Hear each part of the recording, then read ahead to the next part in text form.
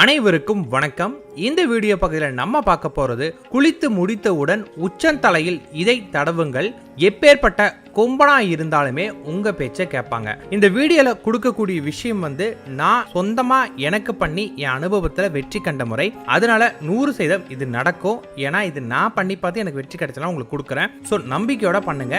இதுல நான் சொல்லக்கூடிய பொருட்கள் பாத்தீங்கன்னா உங்களுக்கு கிடைக்கக்கூடிய பொருட்கள் தான். ஆனா ஒரே ஒரு பொருள் மட்டும் பாத்தீங்கன்னா நம்ம தமிழ்நாட்டில் கிடைக்கும். ஆனா அதுக்கு நீங்க தேடி அலைஞ்சு வாங்க வேண்டியது இருக்கும். மும்பைல உங்களுக்கு யாராவது தெரிஞ்சவங்க இருந்தாங்கன்னா அங்க சொல்லி வாங்கினீங்கன்னா ஒரிஜினல் உங்களுக்கு கிடைக்கும். நான் மும்பைல இருந்து தான் வாங்கினேன். என்னென்ன பொருட்கள் எப்படி பயன்படுத்தணும் உங்களுக்கு சொல்லிடுறேன். முதல்ல பாத்தீங்கன்னா சுத்தமான நல்லெண்ணெய். உங்களுக்கு செக்கு நாட்டின நல்லெண்ணெய் நிறைய உங்களுக்கு கிடைக்கும். நீங்க அதையவே பயன்படுத்திக்கலாம். அது இல்லைன்னா சுத்தமான நெய்யும் கூட நீங்க பயன்படுத்தலாம். உங்களுக்கு மிகப்பெரிய அளவு வெற்றி வேணும். எனக்கு பாத்தீங்கன்னா நான் நிறைய பிசினஸ் பண்ணிட்டு இருக்கிறேங்க. நான் போற இடத்துல எனக்கு சரியான ரெஸ்பான்ஸ் கிடைக்கல. அதுக்கு ஏதாவது பண்ணணும். இல்லாட்டி நீங்க ஏதாவது ஒரு கலெக்ஷன் டிபார்ட்மெண்ட்ல இருக்கிறீங்க, இல்லாட்டி ஏதாவது மணி ஓரியன்டா இடத்துல இருக்கிறீங்க அப்படின்னா கருப்பு நிற பசு இருக்கு இல்லைங்களா, அதோட நெய்யும் கூட நீங்க பயன்படுத்தலாம். அதோட நெய் நீங்க பயன்படுத்துறீங்க அப்படின்னா கொஞ்சம் தன ஆகர்ஷணமா உங்களுக்கு இருக்கும். ரெண்டாவது வசம்பு. நாட்டு மருந்து கடையில் போனீங்கன்னா ஒரு 10 ரூபாய்க்கு நீங்க கேட்டீங்கன்னா கூட உங்களுக்கு வசம்பு கொடுப்பாங்க.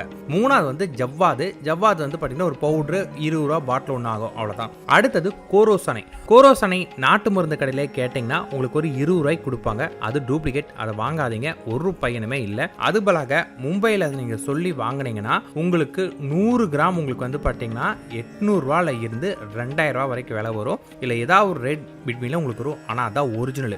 நம்ம தமிழ்நாட்டில் வாங்கினீங்கன்னா அதே 100 கிராம் உங்களுக்கு பாத்தீங்கன்னா வெறும் 20 ரூபா 30 ரூபானாங்க. அது ஒரிஜினல் கிடையாது. ஏன்னா நீங்க ஒரிஜினல் கோரோசனை பாத்தீங்கன்னா அதை எடுக்கும் போது அந்த ஸ்மெல்லே உங்களை மிஸ்மரைஸ் பண்ற அளவுக்கு உங்களுக்கு இருக்கும். இப்போ இது எப்படி பண்றதுன்னு பார்க்கலாம். முதல்ல நீங்க பாத்தீங்கன்னா விளக்குக்கு ஊற்றக்கூடிய எண்ணெய் இருக்கு இல்லைங்களா, அந்த விளக்கு எண்ணெய் ஊற்றிட்டு விளக்க பற்ற வச்சிருங்க.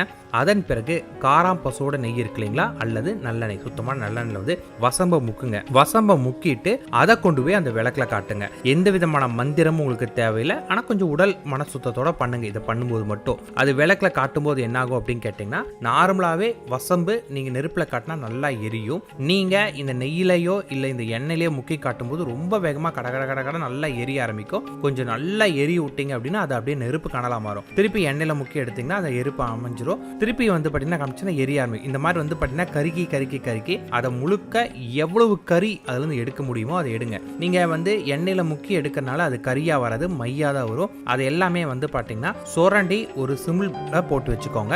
ஒரு குங்கும சிமிழ்ல எடுத்து போட்டு வச்சுக்கோங்க. அதன் பிறகு அது கூட பாத்தீங்கன்னா ஜவ்வாது பவுடர் கொஞ்சம் நல்லெண்ணெயோ அல்லது நெய்யோ ஊற்றி ஜவ்வாது பவுடர் நல்லா கலக்கினீங்கன்னா நீங்க அதை கலக்கி முட்டிக்கிறப்பே உங்களை பாத்தீங்கன்னா அவ்வளோ வாசனையா உங்களுக்கு இருக்கும். அதன் பிறகு பாத்தீங்கன்னா அது கூடயே நான் சொன்ன கோரோசனை பவுடராலாம் இருக்காதுங்க. நம்ம பவுடரா வாங்குறது ஒரிஜினல் கிடையாது. இதுவே லிக்விட் மாதிரி தான் இருக்கும் உங்களுக்கு. அதாவது தண்ணி மாதிரி இருக்காது, கொஞ்சம் கொலகொலன்னு இருக்கும். அதை பாத்தீங்கன்னா நீங்க கையில தொடக்கூடாது. ஏதாவது ஒரு குச்சியோ ஏதாவது ஒரு குச்சை வச்சு பாத்தீங்கன்னா லைட்டா வலிச்செடுத்து இது கூட நல்லா கலந்துருங்க. இந்த மூணுமே பாத்தீங்கன்னா இல்ல கறி அதிகமா இருக்கணும். அடுத்த விட கொஞ்சம் உங்களுக்கு கம்மியா ஜவ்வாது இருக்கணும். அதை விட கம்மியா உங்களுக்கு பாத்தீங்கன்னா கோரோசனை இருக்கணும். இந்த ரேஷியோல எடுத்துக்கோங்க. எடுத்து நல்லா கலந்துக்கிட்டு அதை நல்லா டைட்டா மூடி வைங்க. இதை உடல் மனம் சுத்தம் இல்லாத இடத்துல எடுக்காதீங்க.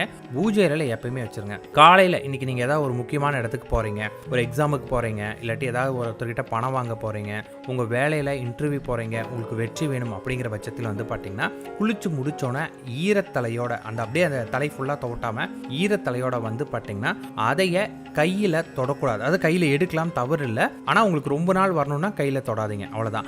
ஆனா நெகமோ சுண்டு வரல மட்டும் படக்கூடாது. இரும்பு ஆயுதங்கள் அதுல எதுவும் பற்றக்கூடாது. அதையும் பார்த்துக்கோங்க. அதை பாத்தீங்கன்னா ஒரு குச்சில எடுத்து உங்களோட உச்சந்தலையில லைட்டா தடவிக்கோங்க, போதும். வேற எதுவுமே வேண்டாம். தடவிக்கிட்டு சாமி கும்பிட்டுட்டு நீங்க ரெடியாங்க. ஆனா அது தலையில இருக்கு அப்படின்ட்டு நம்ம ஆல்ரெடி நான் தலை தோட்டவே இல்லைங்க, ஈரமா இருக்கும், இதோட நான் வச்சுட்டு நான் தோட்டினா எல்லாம் போயிடும் நினைக்காதீங்க. அப்படி தோட்டாதீங்க, சொல்ல போனா அதான் உண்மை. இந்த ஈரம் பாத்தீங்கன்னா ஏதாவது ஹேர் ட்ரையரோ இல்ல கொண்டாத்துல ஃபேன்ல காய்ச்சா போயிடும். இல்லை எனக்கு பாத்தீங்கன்னா தலை ஈரத்தோட என்னால் துடைக்க முடியல அப்படின்னா துண்டு போட்டு முதல்ல கட்டிக்கிட்டு லைட்டா அந்த ஈரம் இருக்கும் இல்லைங்களா, அந்த டைம்ல பாத்தீங்கன்னா இதை வைங்க. ஆனா மற்ற வேலைகள் செஞ்சுட்டே இதை பண்ணாதீங்க. முதல்ல குளிக்கணும். குளிச்சு முடிச்சு உங்களோட அடுத்த வேலையை இந்த பொட்டு வைக்கிறதா தான் இருக்கணுமே உச்சந்தலையில. அதனால துண்டை வச்சு அந்த தண்ணி ஓரளவுக்கு வைப் பண்ணி எடுத்துட்டு இந்த பொட்டு வச்சுட்டு அதன் பிறகு நீங்க பாத்தீங்கன்னா சாமி கும்பிட்டுட்டு நீங்க நல்லா ரெடி ஆகி உங்களோட வேலை பாருங்க. இந்த தன்மை உங்க உச்சந்தலையில் இருக்கணும். ஆனா வாசனை ரொம்ப அதிகமா வரும், இல்லைன்னு சொல்ல வரல நானு, பயங்கர அதிகமான வாசனை வரும். இதோட நீங்க போனீங்கன்னா கண்டிப்பா நீங்க சொல்றத அவங்க கேட்பாங்க. உங்க பேச்சுக்கு முக்கியத்துவம் கொடுப்பாங்க. ஒரு இடத்துக்கு நீங்க போறீங்க, போற இடத்துல உங்களோட பேச்சுக்கு முக்கியத்துவம் கொடுத்தாவே அது உங்களுக்கு பாதி வெற்றி இல்லைங்களா? அந்த மாதிரி உங்களோட பேச்சுக்கு அவங்க முக்கியத்துவம் கொடுப்பாங்க. இது உங்களுக்கு வெற்றியில் அமையும். முயற்சி பண்ணுங்க, மிகப்பெரிய அளவு மாற்றமே கிடைக்கும். நன்றி, வணக்கம்.